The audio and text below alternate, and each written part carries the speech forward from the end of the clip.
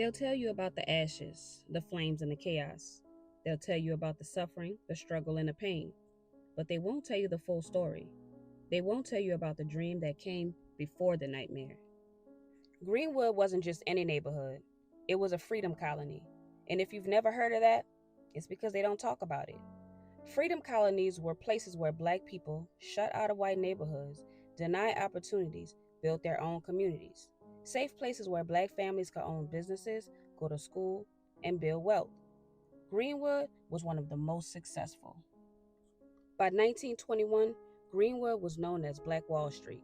They had banks, hotels, cafes, and even homes with indoor plumbing, which was a luxury at that time. But what happened in 1921 was devastating. And like many other massacres, it all started with an accusation, a lie, or maybe a misunderstanding. It began with a young black shoeshiner named Dick Rowland. He walked into an elevator operated by Sarah Page, a young white woman. What happened next depends on who you ask. But at the end of the day, she screamed. A white clerk saw her reaction and called the police, claiming it was an attempted assault. The Tulsa Tribune jumped on the story, publishing a sensational headline: Nabbed Negro for attacking girl in elevator. In a city already tense with racial division, that one headline was like a match to dry grass. A mob of white residents gathered at the courthouse, demanding Rowland's lynching. But black World War I veterans, men who had fought for America, showed up to protect him. They stood guard, hoping to prevent another lynching. But then, shots were fired, and all hell broke loose.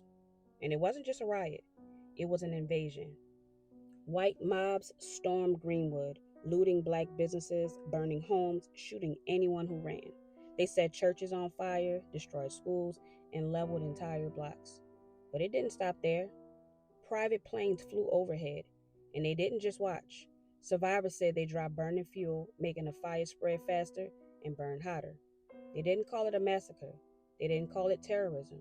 They called it a mission to keep order. But there was nothing orderly about it. In just 2 days, they burned Black Wall Street to the ground. Over 35 city blocks in flames, more than 1,000 homes and businesses destroyed, hospitals, schools, churches, and jazz clubs all gone. Families ran for their lives.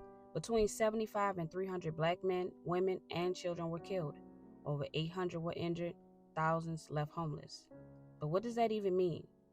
Numbers are easy to say, but they're hard to picture, so let me make it make sense. Imagine a neighborhood the size of Harlem in New York City, or South Central in LA, wiped out overnight. Imagine watching your family's home, your business, your school, all burning to the ground, and there's nothing that you can do. Kids who went to school together never saw each other again. Families who came to Tulsa for a better life vanished without a trace. Entire generations erased. Mothers searching for their children, fathers trying to protect their families, but no one was there to protect them. But what happened next? The police didn't protect the victims. They rounded up black survivors, not to help them, but to lock them up in detention camps, treated like criminals, and not a single white rioter was arrested. Not one. And what about Dick Rowland, the young man at the center of it all? Well, his case was dismissed in September 1921 after Sarah Page refused to press charges. He left Tulsa, and some say he moved to Oregon and worked in a shipyard. The woman who screamed wasn't harmed. The man they say that assaulted her wasn't prosecuted. And yet hundreds were killed, thousands were left homeless, and an entire community was erased. And the media played their part too. They called Greenwood Little Africa. They called its residents bad N-words who drank, took dope, and carried guns. They painted black victims as the criminals. White mobs were called defenders. And what about justice? None. The looters, the arsonists, the killers, never punished. No reparations were given, no insurance paid out. Survivors were left with nothing. So imagine surviving that nightmare, watching your home burn, losing your family, and then being told you're lazy, being called a failure, being erased. But that's the thing. They tried to erase our communities. They tried to erase our people. But they knew how powerful we were when we build, when we dream, and when we thrive. They call us uneducated, but forget that laws were written to keep us from learning. They call us criminals, but forget stories like this. They call us lazy, but forget slavery. They created laws that kept us out, and they used hate to break us. So when they say we never built anything, remember Greenwood, remember Black Wall Street. Remember that the problem wasn't what we were doing. The problem was that we were doing it too well. They tried to erase our communities and they tried to erase our people. But let's not let them. You know the algorithm does not like me telling these stories, especially ones like this, especially ones where we were thriving. So remember to like, comment, and share so we can keep it alive.